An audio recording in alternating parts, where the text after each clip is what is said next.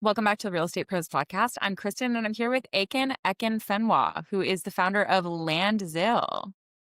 Hi, Thank you Christine. for being here. A pleasure to speak with you, Kristen. Amazing. So we're going to talk all about land, which will be very exciting. Let's So go, let's Kristen. let's get to the beginning. When did you kind of fall in love with the real estate industry? So I'll tell you a little bit about my background, really. My first degree, I used to be a land surveyor.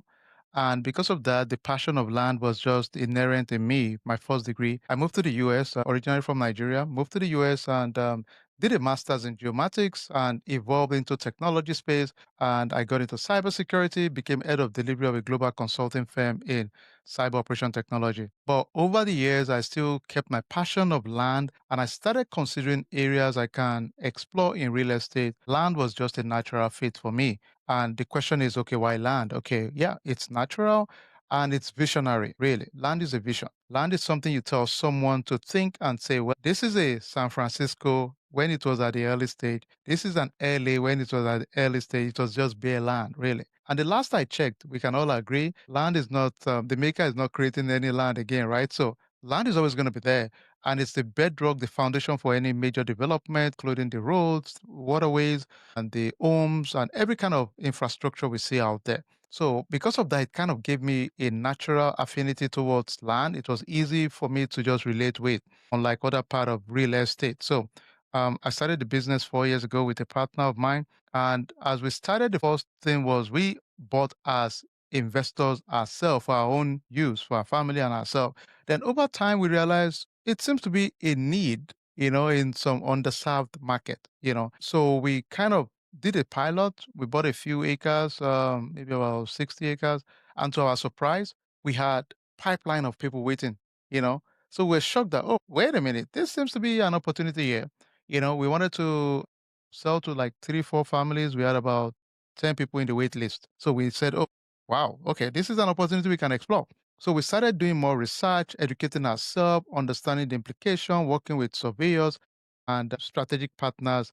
And today, here we are. We're excited where we are right now. It's a very amazing, fast growing business for us. And we just can't wait to see what's coming up next. That's incredible. And when did you really make the decision to go all in on this when you were juggling kind of the two passions in your life? So I would say, at some point, you just realize this is big.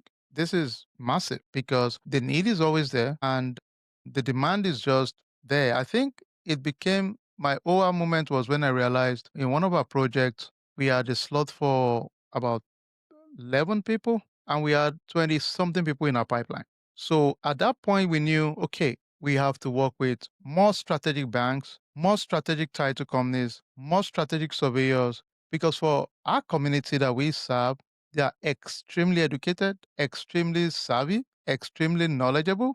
They would ask you all the hard questions. So for us, it kind of elevated our game.